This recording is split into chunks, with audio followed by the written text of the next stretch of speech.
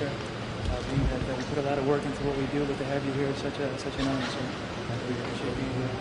Thank you, sir. Southern District of Florida, Cyprus1, sir. So, sir, these are our allies that we've been they've gone above and beyond to assist us in the meetings by working nights and days, sir. So they've really done so much, and then got the attorney general opportunity to these things, so. So, sir, I'd like to give you a background on what brought us here. So, in April of 2023, we received a walk-in to the embassy. The person spoke to RSO. When they spoke to RSO, they said they would like to speak to Homeland Security. The person, I contacted the person. The person tells me that he believes that there's 2 aircraft that belong to the Venezuelan government that he believes that are sanctioned within the Dominican Republic.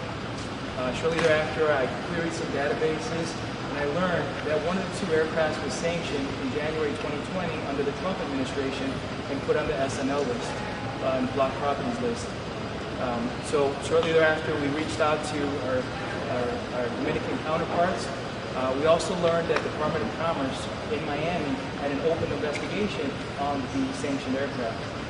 We reached out to our Dominican counterparts, and with our vetted unit, they quickly located the aircraft right here in this hangar space, sir, 2 of the aircrafts.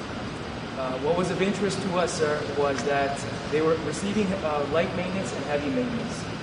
One of the aircrafts was, would be done in a shortly amount of time. But that aircraft was purchased in 2023 by a shell corporation, by a fictitious corporation. But besides being bought by that corporation, the aircraft was flown from Boca Raton to St. Vincent, even though it was registered as St. Martin.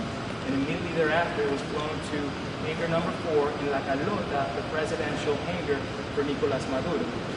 Since then, that aircraft was utilized for every single state visit by the illegitimate President Nicolas Maduro, to include the 2023 U.S. Venezuela prisoner swap. So we were able to find out about that aircraft. This aircraft was sanctioned, but shortly thereafter, they repaired the aircraft. This aircraft here you're looking at, sir, is a 2003 Falcon, and this one's a 2000 EX.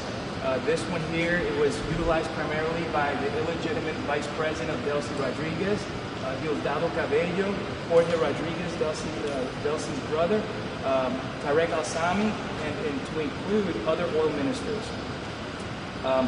Collectively, the 2 planes, they give us a treasure trove of intelligence to include all of their Air Force members, a list of every single one of the Air Force members and all of their personally identifiable information, sir.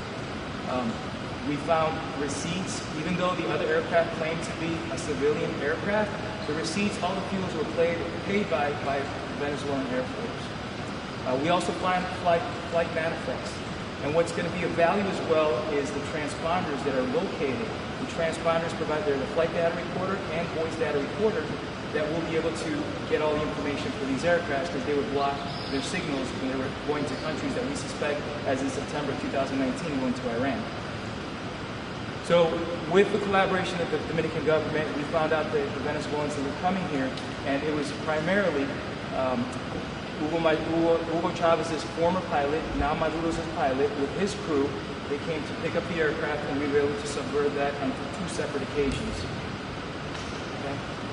And then, so they flew the aircraft to the United States on September 2nd, 2024, and shortly thereafter, this aircraft needed a lot of maintenance.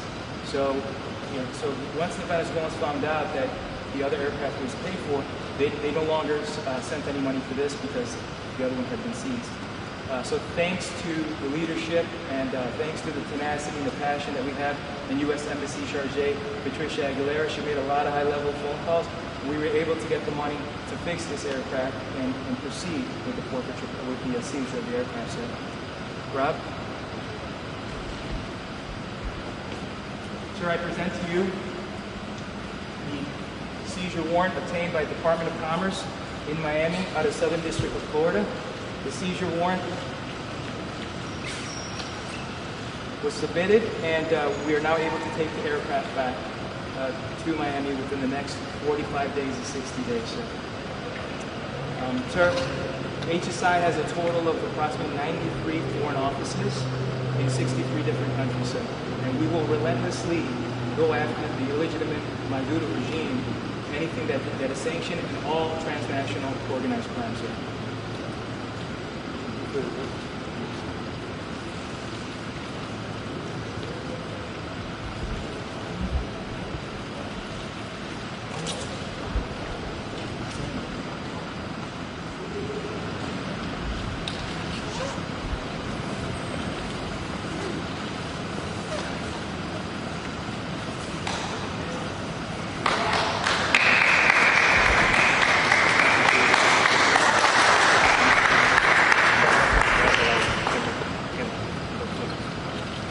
Secretario general de ese avión.